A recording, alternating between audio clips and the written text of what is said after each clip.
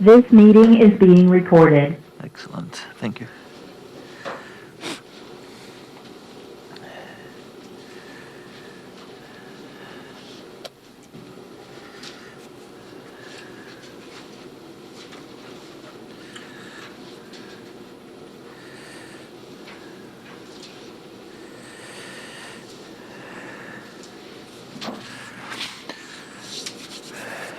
All right.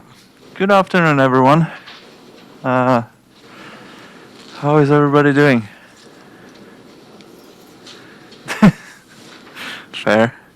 It's like I think the time of the semester when everybody's pretty much done and just like just need to carry on for a few more weeks. Are there any questions that I can answer before we start with the actual lecture?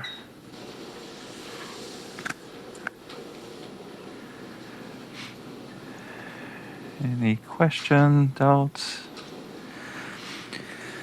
Okay. So today we'll continue with working working with complex data, which is kind of the theme of the last few weeks. I want to give one more example of a function on S expressions, so that there's a little bit more practice with this, since it will be on the exam that's coming up.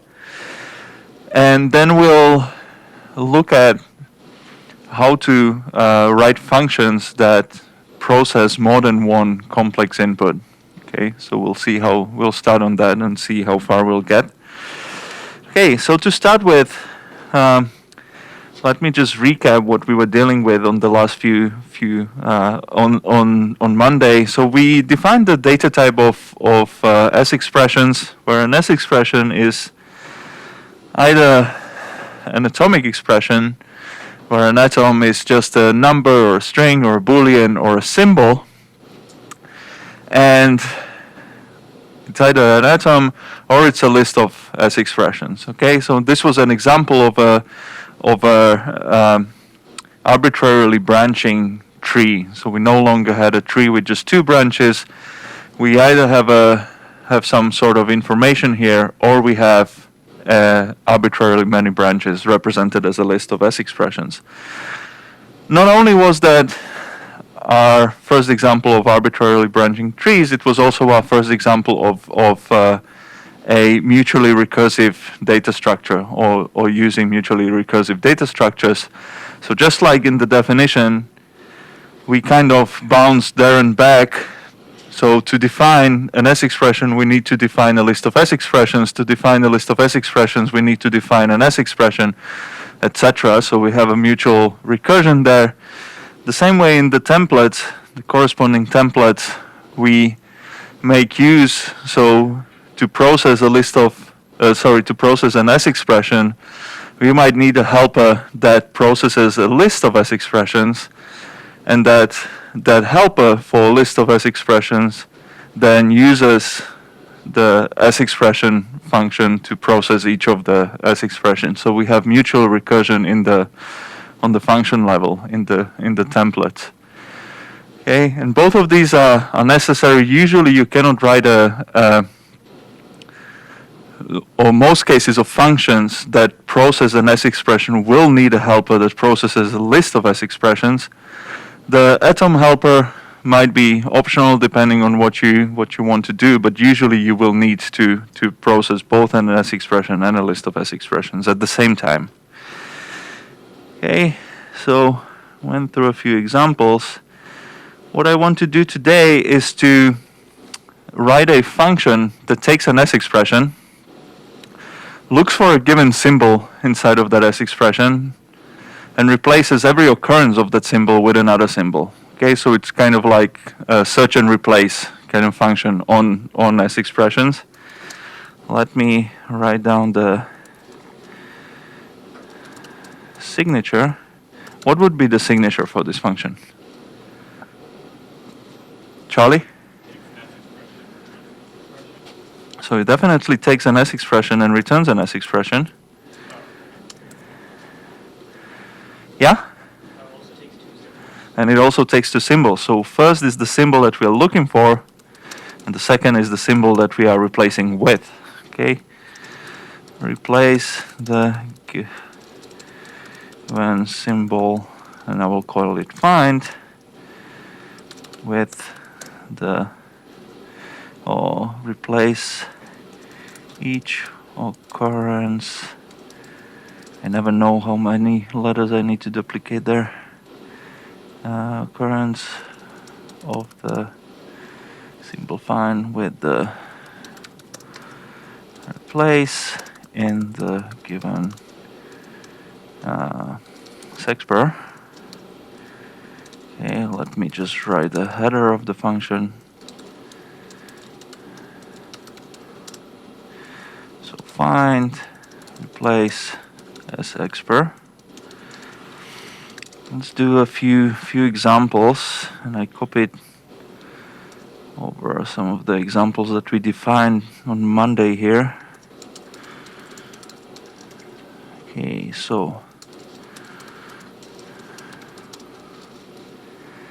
if I'm looking for symbol A, replacing it with B, well, let's actually do foo replacing with B and sexpr 2.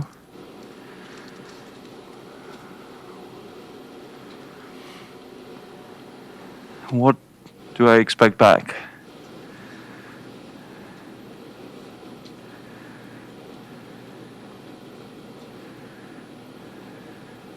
In? Sexpr 2. It's a string in this case, so we don't touch it. Since we are looking for a symbol foo, but what we find is a string foo, not the droid we're looking for, so we just leave it there. How about sexpr 3?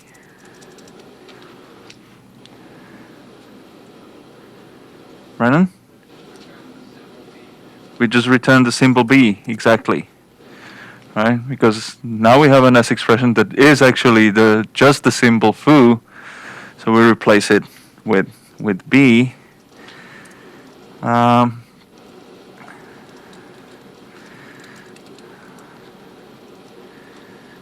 about sxpr 4?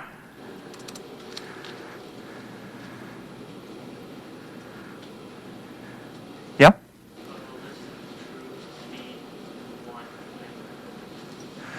Exactly. List of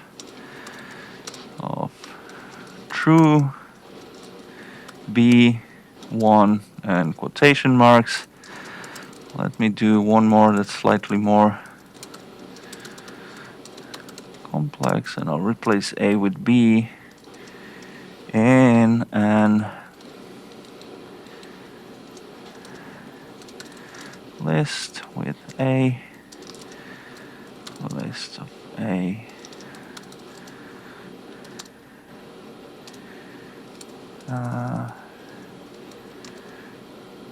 and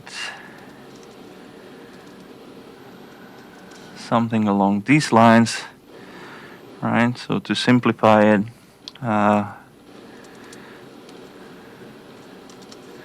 we're looking for all the A's, replacing them with B, so I just replace this one, this one, this one, and this one, right? Keeping the structure, just looking for each of those symbols. Okay, so we have some examples. What do I do first? Finn? We use the template, right? That's why we define them.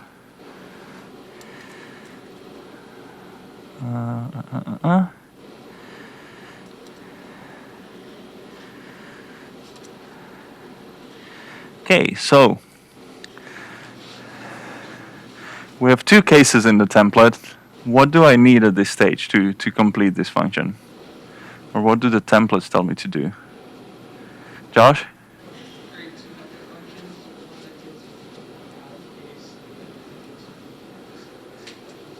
Exactly. So we need two helpers. One will help us process the atom case. So if we have an atom, we will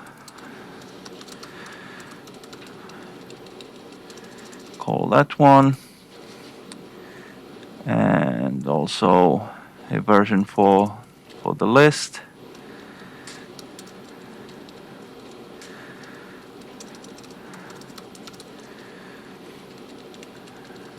Right. Both of these functions will need to know what we are looking for and what we are replacing with, so we might want to pass that information along. Okay, let me do a wish list here.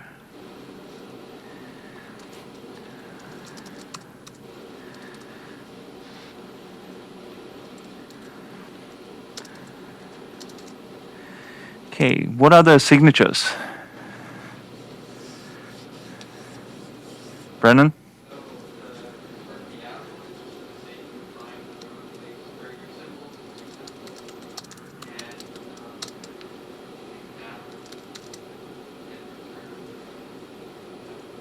Yes.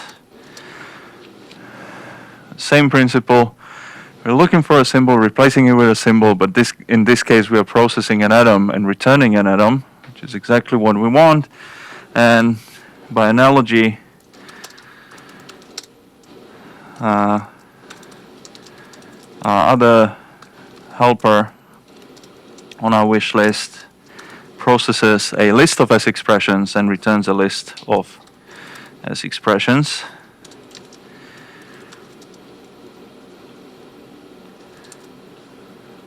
Okay, find, replace, atom.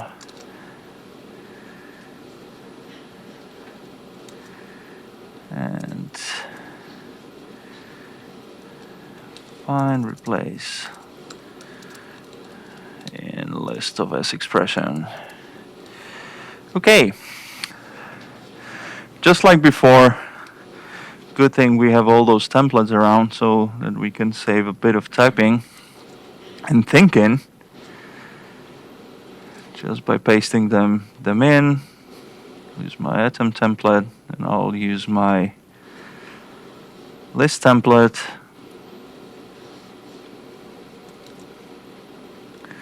Okay, what do we do in the atom helper? 4 cases. What do we do in each case? 2, 3.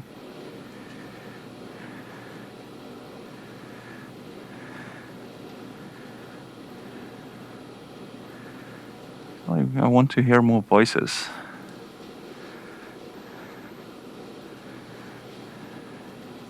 Yeah?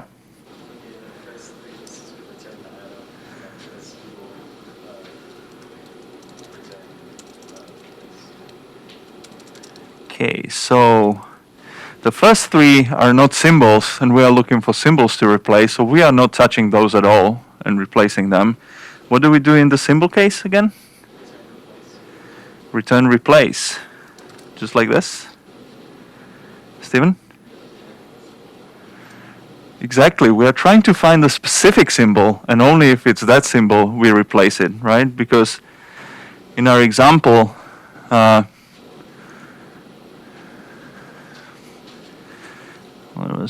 this was supposed to be a onside.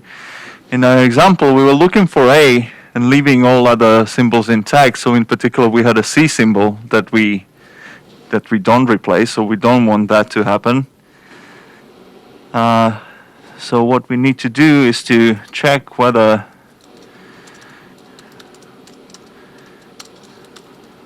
the symbol that we are looking for is the same as the symbol that we are trying to, is the same symbol that we are looking at right now. If it is, we return the replacement symbol.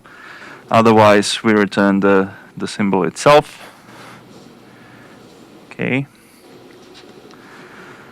So that should take care of the atoms.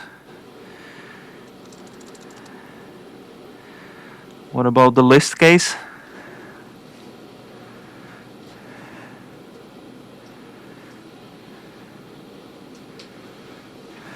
Brennan? If it's empty, just return empty. We are preserving the structure, so we are not doing anything about that. What about the cons? Just cons. And following the template, all I need to do is to call my sibling template here and the list template itself over here, right? So we have two recursive calls. Let me do just that.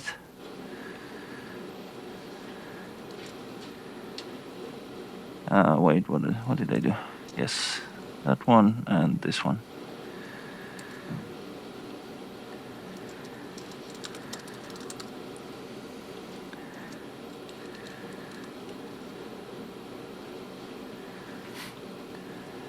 Okay. Let me try to run my checks. And we're good. Okay, so the drill is the same really. Follow the templates. Right? We start with the main function that processes has expressions. The template tells us you might want helpers for an atom and you might want a helper for a list of S expressions. So we add those to the wish list. We write down the correct signatures. We know what we expect. We know what they might need to take in. Sometimes actually finding out what we might need to pass will take trying to write the function down and find out missing information. So once we have our wish list, we just use the templates to fill in the kind of the function stubs and filling the rest of the template or the ellipses with actual code. Same for the list function. Here's a quick question. What pattern does this function match? Could we replace it with a list abstraction? Yeah? Foldar or yeah? A map.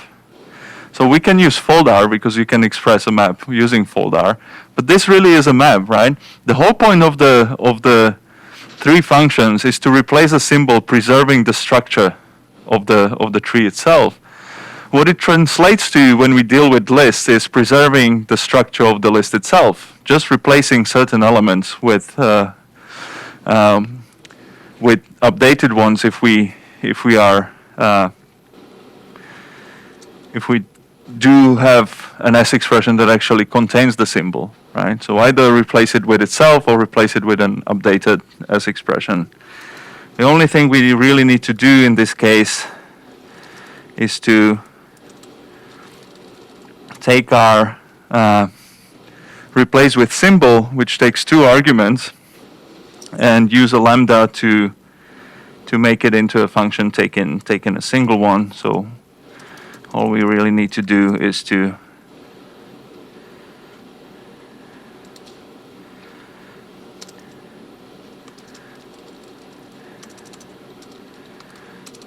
do this. Right? And we can use the list abstraction over here. Okay, it's a map. Okay, any questions about this function or anything about this expression?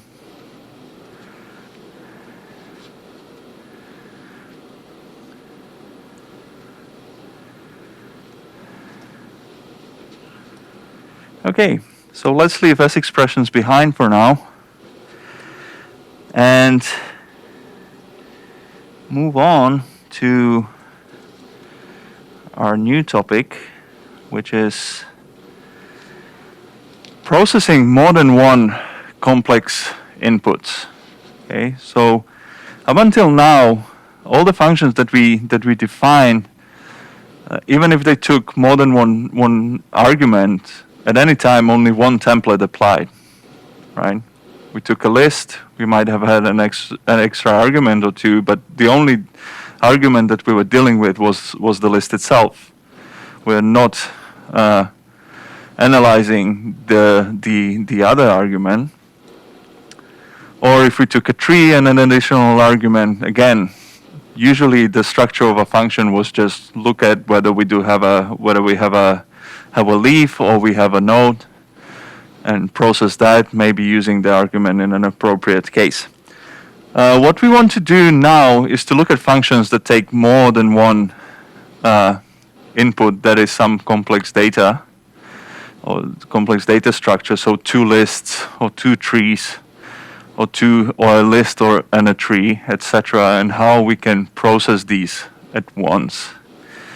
And we will look at, depending on how much time we have, we will look at two kind of simpler cases and build up to a more complex case where we do need to kind of combine multiple templates together to process the arguments. So here I have a template for a list of numbers. Of course, this applies to a list of anything. Should be familiar to you. And I'll do the simplest case first, when we still can apply this template directly. Let me define a function list, which takes a list of numbers. A list of numbers takes actually two lists of numbers and appends the second list to the end of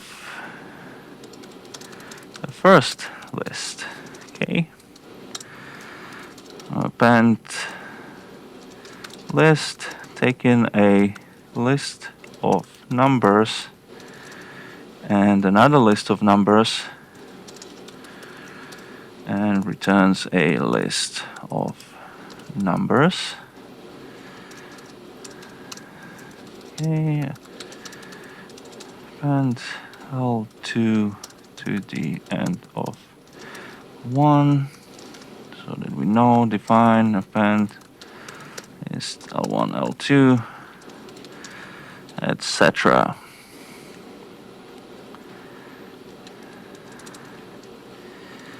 Okay, so let's do a few examples first. If I have two empty lists, what do I expect back? Charlie? Just an empty list. If I use the right function.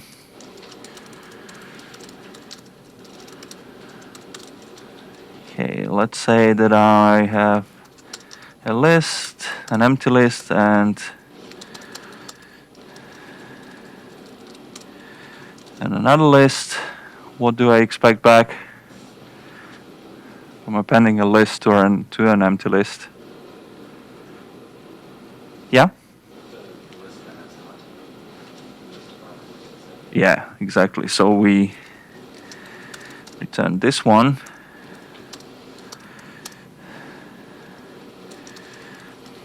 Okay. Here's a little shorthand. So if I have a list of values, right? So something that only has numbers already, I can save a little bit of typing by using the backtake or a quote in front of the list. And those two things are equivalent, right? So this and this are the same list.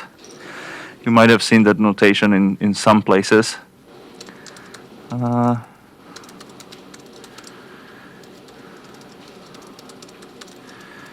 How about this one?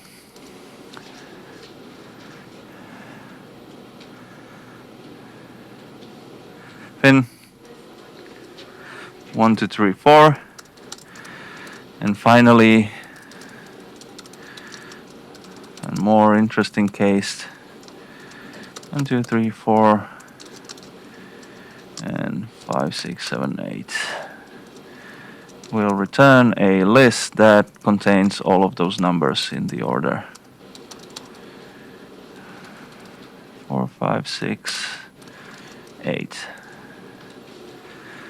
Okay.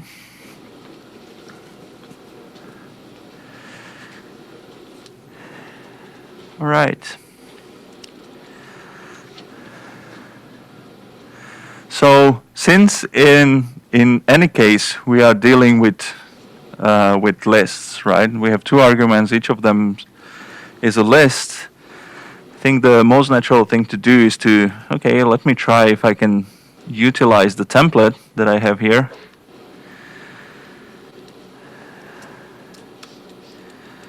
But the first question that I come across is, which one of those two lists do I actually want to use the template on? Right? So we might want to use the list template, but in this case we have two lists. And we need to figure out, okay, but which list does this template apply to?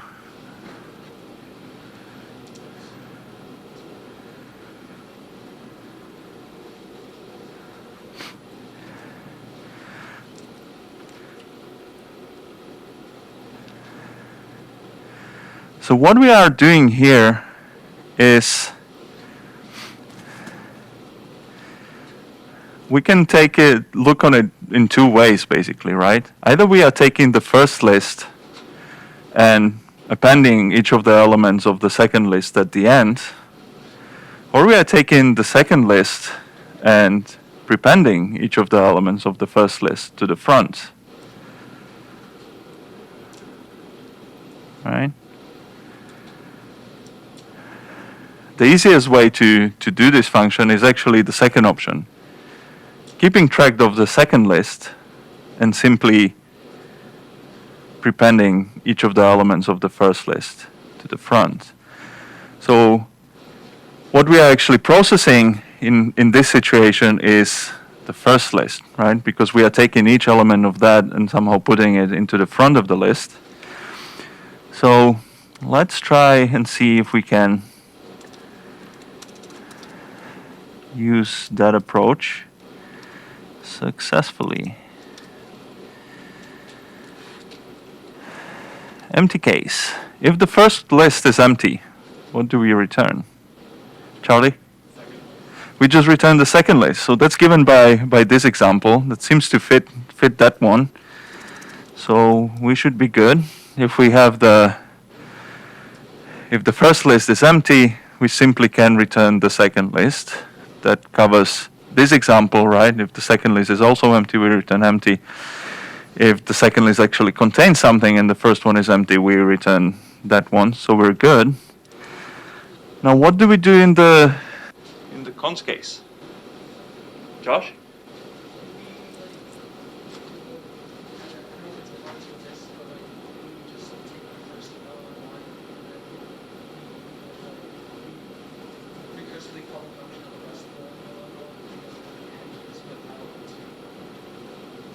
So we take the first of the first list, then we recursively call the function on the rest with L2 as its second argument, right? I feel like that's what you were saying, but I think I missed what do we actually do with these two things. Josh? So we do list where the first three dots are, and then after the recursive call, we just call L2. So something like list first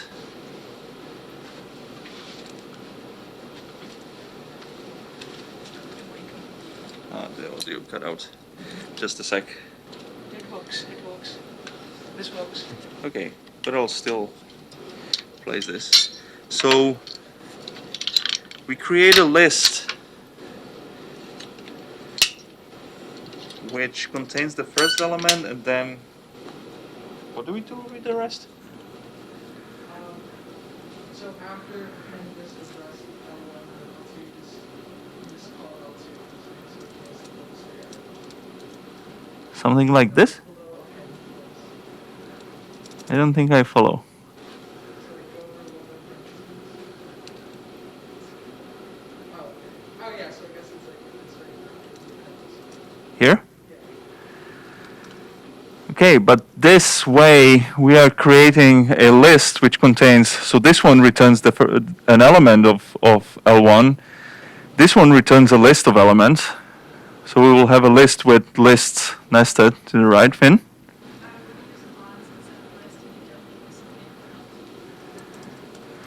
Exactly. So let's get back.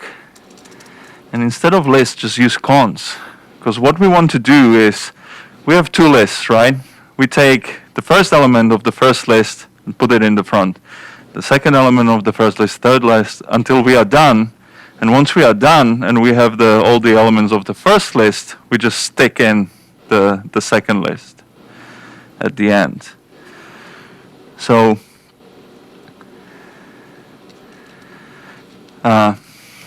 simply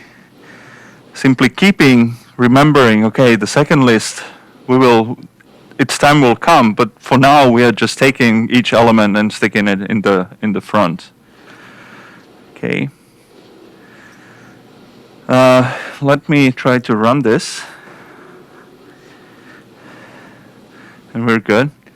So in this case, we have two complex inputs, but all the work that we really needed to do is to pick one of them to use the template with, right? It wasn't really processing them at the same time. What we needed to do is okay, we are really just passing one of them around and using it as the whole thing, but we are still processing only one of them. In this case, it actually works out nicer if we use the first one as the one that we use the template on, and we carry around the second one to stick it into the place. Okay, here's a question. What list abstraction could I define this with? And how?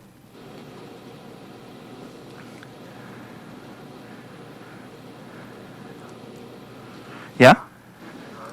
Foldar. How?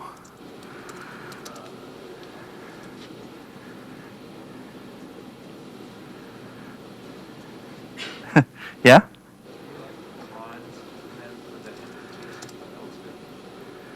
Exactly. So our base case is L2. The function that we are applying to each of them is cons. So we call cons. We have L2 as the base case, and the list that we are actually processing is L1. So this whole thing is just this foldar. Okay.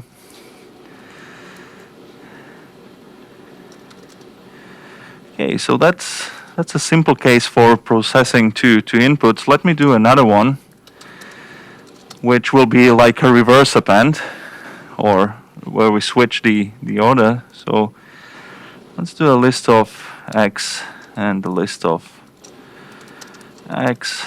Since the type of the elements isn't really relevant. X. And I'll be writing define at and L1, L2. And we will say that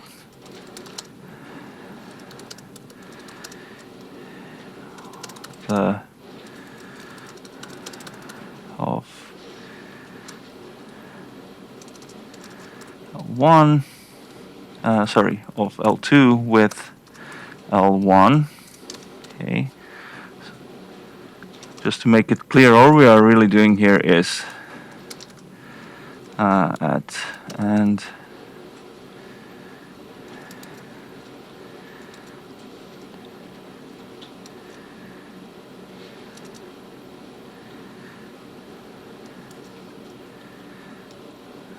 two lists, and we are switching their order. Okay, so we could have just defined it like this, but just to reiterate, using this approach. So again, I have just two lists. In this case, I have a generic list.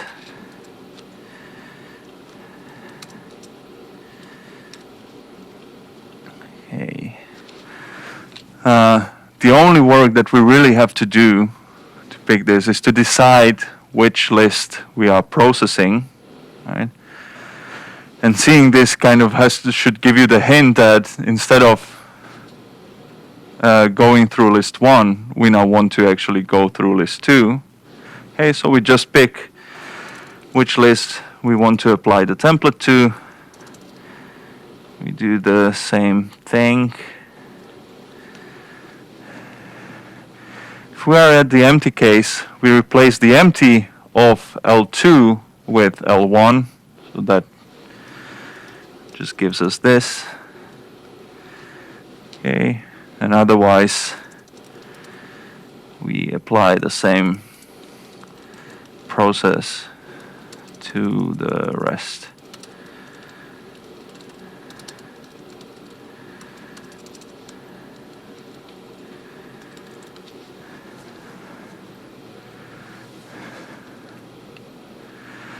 Okay, just a really trivial example to illustrate that all we need to do with this approach when we know that we are only processing one at a time is to pick which one we are processing, right? And apply the template to that one. Any questions about this first pattern?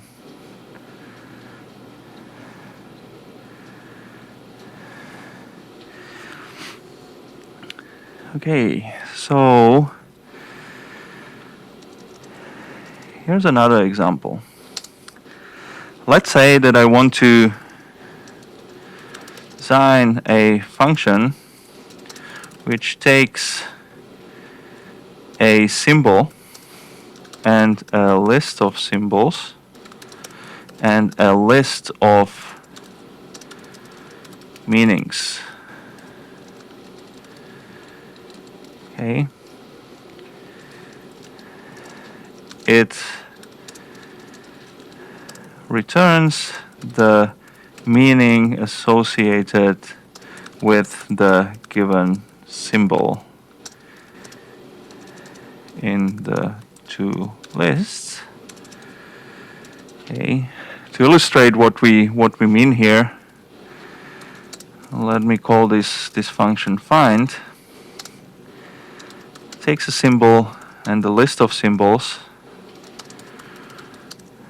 and a list of meanings, which I will just let be arbitrary. Okay. And returns the meaning associated with the given symbol. Illustration is in order. So if I'm looking for A, for example, and I have two lists, I have A, B, and C, and my list of meanings is 3, 4, 5, then this call should return 3. If I look for C, I should get 5, etc. Okay, so we really have two lists. The two lists are basically associated with each other, so there's a one-to-one correspondence between them. And we want to look up the meaning that corresponds to the same position in the second list. Now, to make this work, we will assume the following. We will assume that both of the lists have the same length. Okay, as a simplification, and as a further simplification, assume the symbol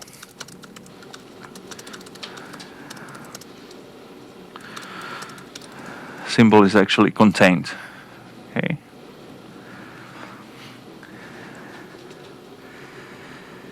Okay, so what this example is trying to illustrate is that if we know that we have two lists that have the same length, and we need to process them in parallel, right?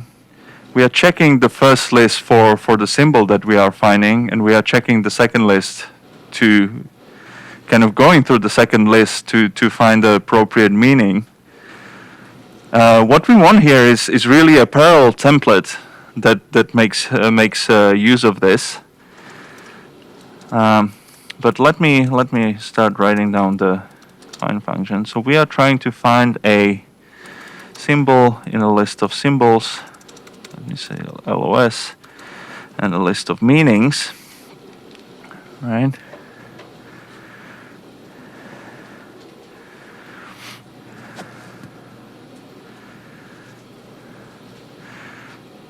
So the kind of the primary list that I want to concentrate on possibly is the list of symbols, right? Because I do need to find the symbol in the first list.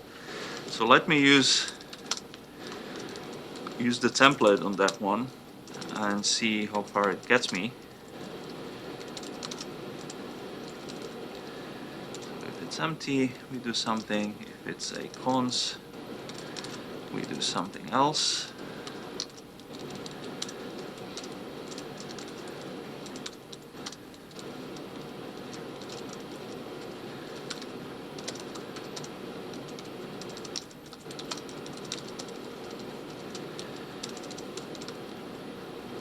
Something here.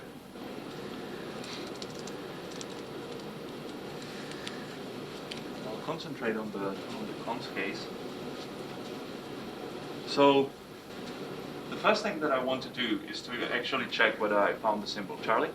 Yeah, so we can start off with an if to check if the first of LOS, the symbol in the list of symbols that we're on, is equal to the symbol we're looking Okay, so we first check if we found the symbol that we are looking for. So that's the thing that we do with the second list. Sorry, with the first list. Pin? The question is for the empty case, if both of those lists behind one versus has to be symbol, it can't be empty. Exactly. So it can be empty. I just left it because it's a detail. What we did before is we just throw an error that says that something violated our assumption. My mic went off again. Okay, good. So I'll try to stay close to this mic here. So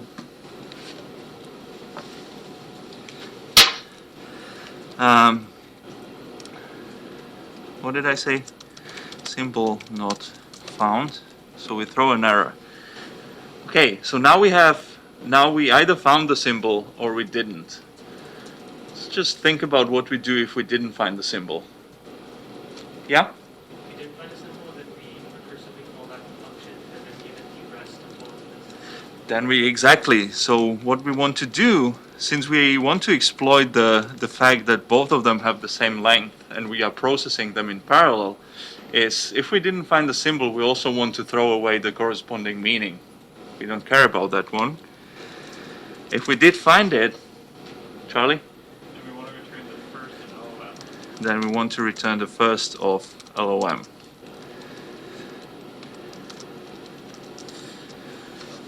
Okay. So exploiting the fact that we have two lists that have exactly the same length, and we want to process them together in parallel, we simply throw away both elements at the same time, which means that if we actually found the symbol at the top of the other list, we have the corresponding meaning. And this is what I would say is kind of a NM list temple, which we can call, say, list 1, L2. We have two things with the assumption that they have the same structure. We can do something in the empty case. And something in the cons case. In the cons case, we can sorry, L1, L1. First case, we process the first of both of the lists potentially, and when we actually get to the recursive call,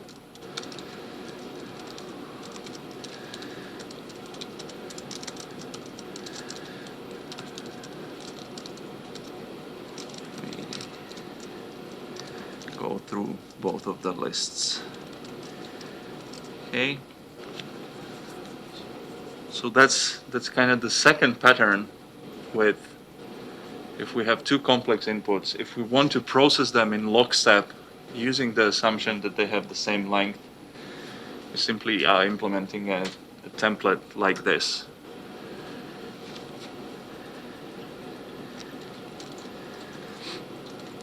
Okay. Any questions about this? Yeah?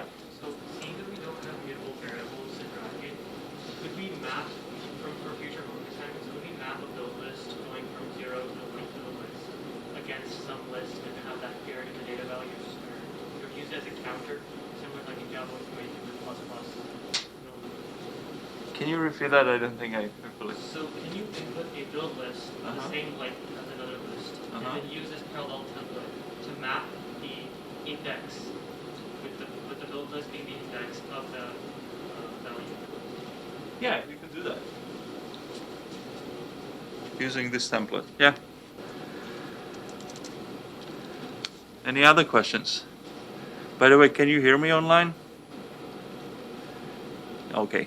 Okay. Now that the mic died. Okay. So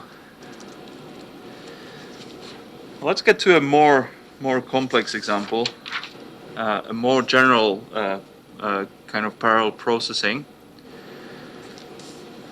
And here's an example problem for this.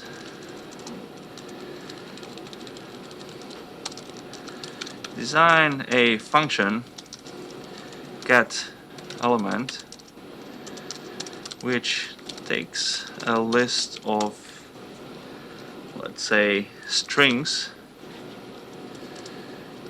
and a natural number and returns the string at the position determined by the given natural, or false otherwise.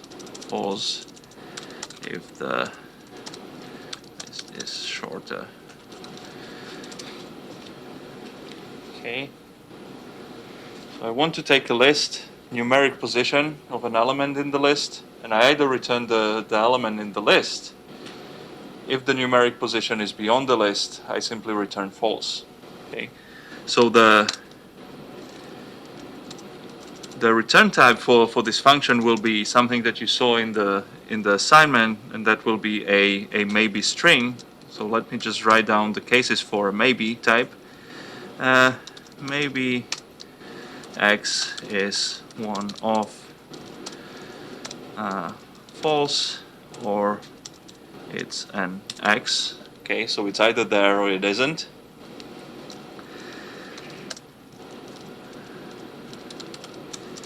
Let me write down this signature. So I said that we take a list of strings and a natural and return a maybe string.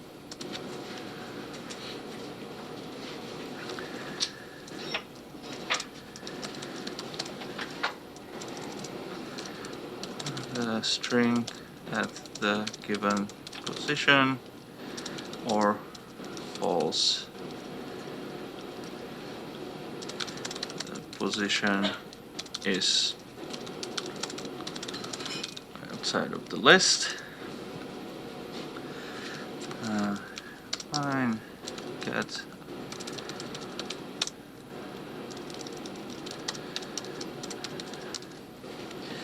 okay. So I introduced this example as an example of another parallel processing problem, right? But it kind of seems like we are just taking one complex input and a number, which is an atomic one.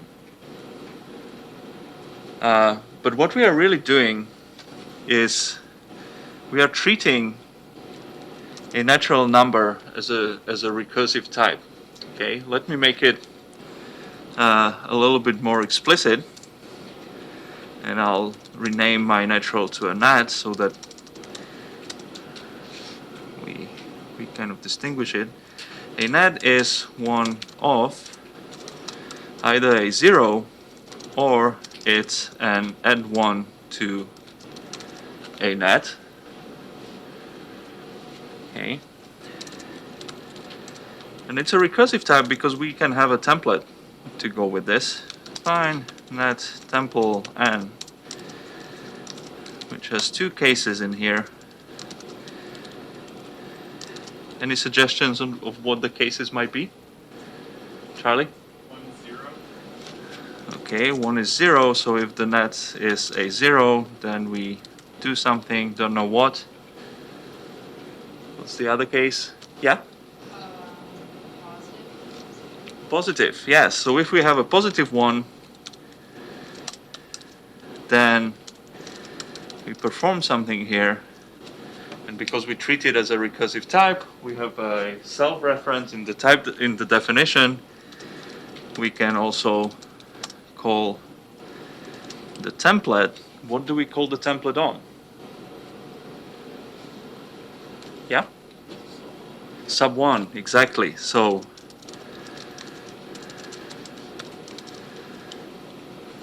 we peel off one of the ones and go to the previous number. Okay, so this data type might remind you of one of the early examples of self-referential data types, and that was the Russian doll example, right? Where a 0 is basically the innermost doll, and add 1 is just adding layers to that one. And just like we can add layers, we can peel off layers, and peeling off layers of a number is just using sub1. Okay, so we are really just taking a number and defining it as a recursive data type. So we have this template.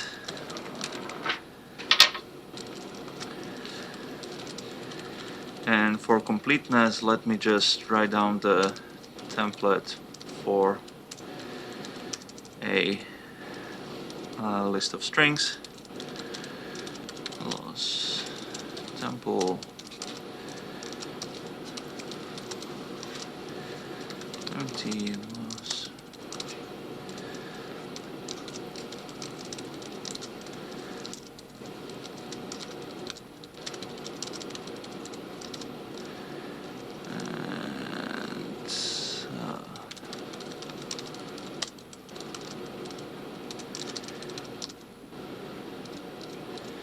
Okay, so these are all the types that we're dealing with.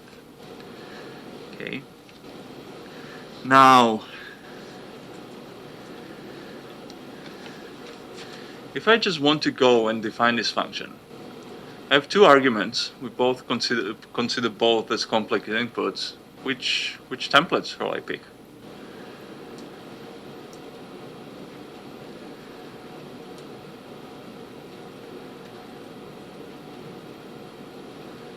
Josh?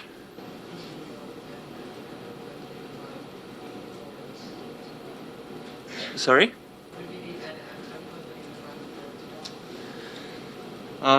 So the NM template would mean, as we defined it, would mean that we are processing the two inputs in parallel, which we kind of are, but we have two base cases.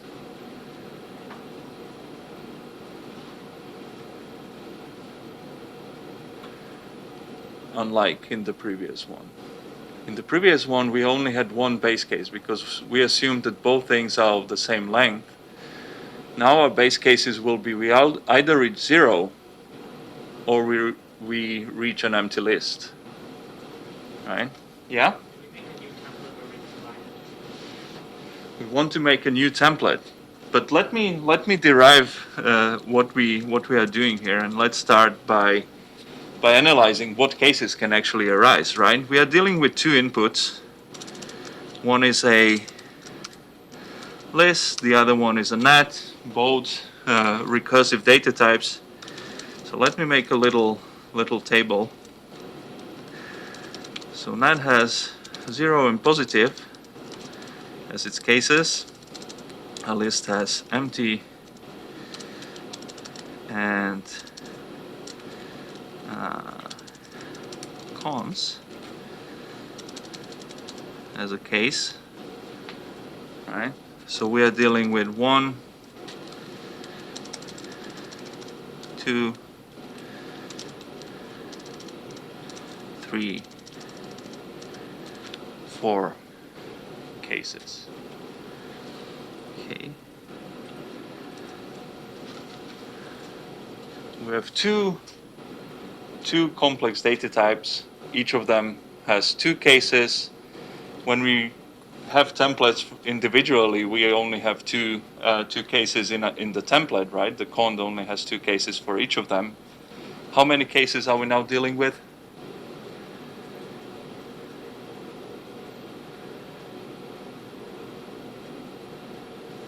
Just wrote it out. Yeah? 4, exactly. So what we will be doing is we want to analyze and check that we are reaching all of the cases, right? So we write out a cond with 4 cases. What will be the conditions in this cond?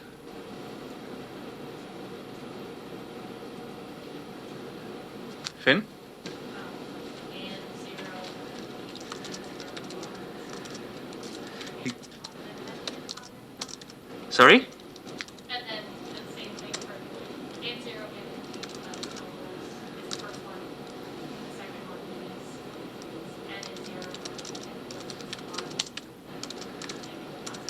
Yeah, so what we have here is we simply check all the cases that we want to form.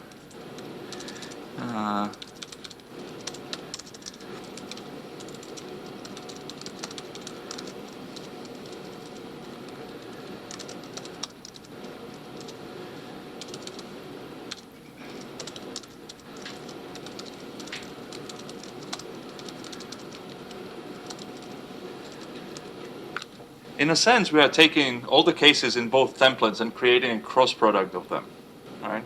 That way we can be sure that we really consider all the possible combinations in these 2 complex inputs. Right? Okay, so let's fill it in.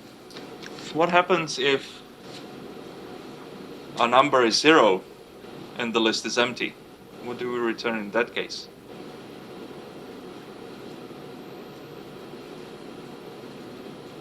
Charlie? It's false because the index wasn't in the list. Exactly. It's false because the index wasn't in the list. What if we have 0 and a cons? Yeah? We return the first of the list. Alright? We're counting from 0. 0 means return the first element in the list that you have. If we have a non-zero number and an empty list. Brennan? False because the index is outside of the link. We also return false because that means that we still need to count down a few times from our number, but the list is empty already. So we know that we won't find anything. If we just counted down the number, eventually we reach this case, right? So we don't need to deal with that. What if we have a positive number and a cons case? Josh? You want to recursively call get element on somewhere and We call get element on the rest of LOS and the sub1 case for the number. Right. So we handled all the cases. we are sure that now we are treating all of the possible combinations that we have, right? And if I just take the table and write it out here, so I have false here, this is the case when I can return first LOS. This is the case where I'm returning false. We reach the end. And this is the case where I'm calling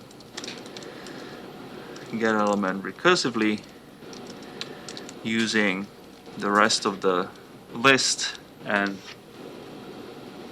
one less in my number. Yeah? Could you break this down in a statement? So we could, and we will actually. So what we are trying to do here is, because we have two complex inputs that we don't necessarily process at the same pace, right? We do kind of, okay, in this case we take the rest of LOS and sub 1 of n, but we have different base cases for each of them. Right? So we kind of want to start with a cross product template, right? Taking all the possible combinations to make sure that we reach everything. But now we can observe that we can simplify certain things, right? In particular, if we have an empty list, it doesn't really matter if we have a positive or a negative number, right? If we have a positive or a 0 as the natural number, we know there's nothing to return from this function, so we are returning false. Okay, so I can combine both of these cases into a single case. Let me put them together.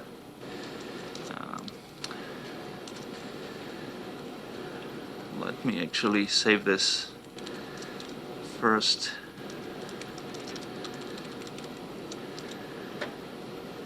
Version of my function, and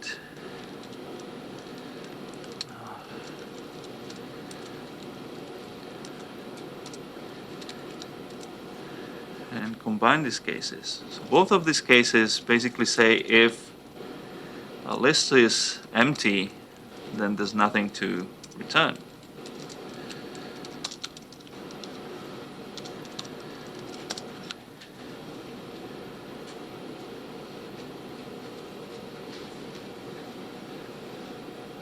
Okay. Yeah?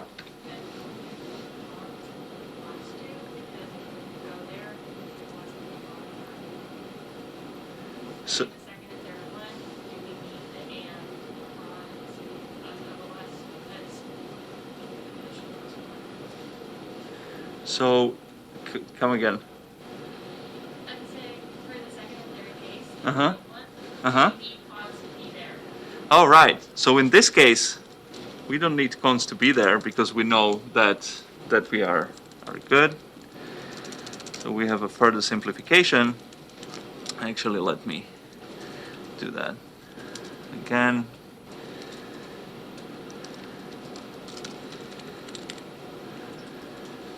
So as Finn pointed out, because once we get past this one, if it's non-empty, we no longer need to check for whether the second list whether the second argument is actually a non-empty list. So what we do here is we can simplify into just checking this and checking positive.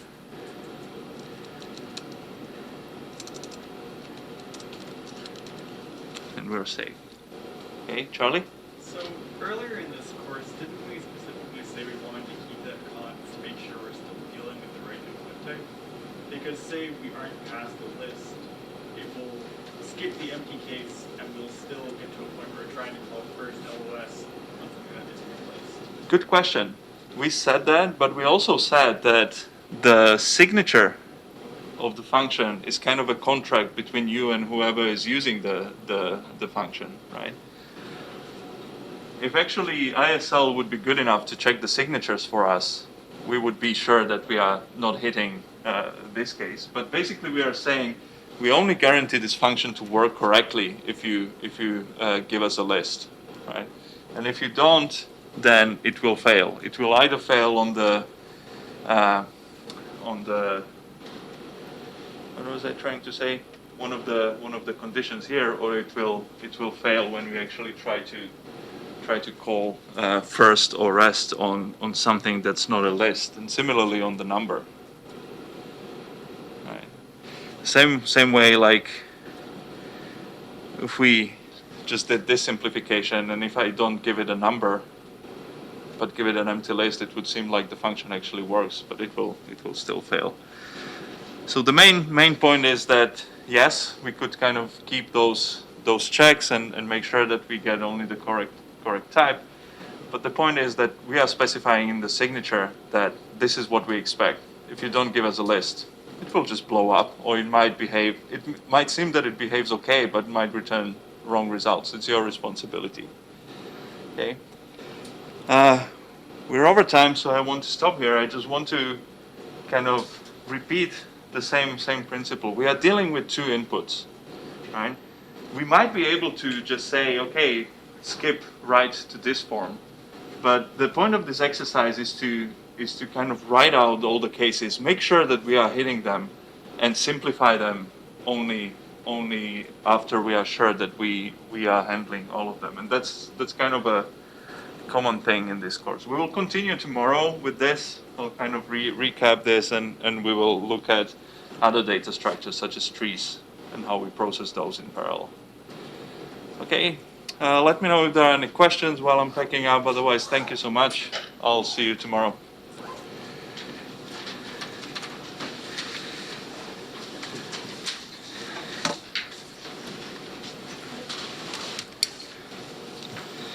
Did they bring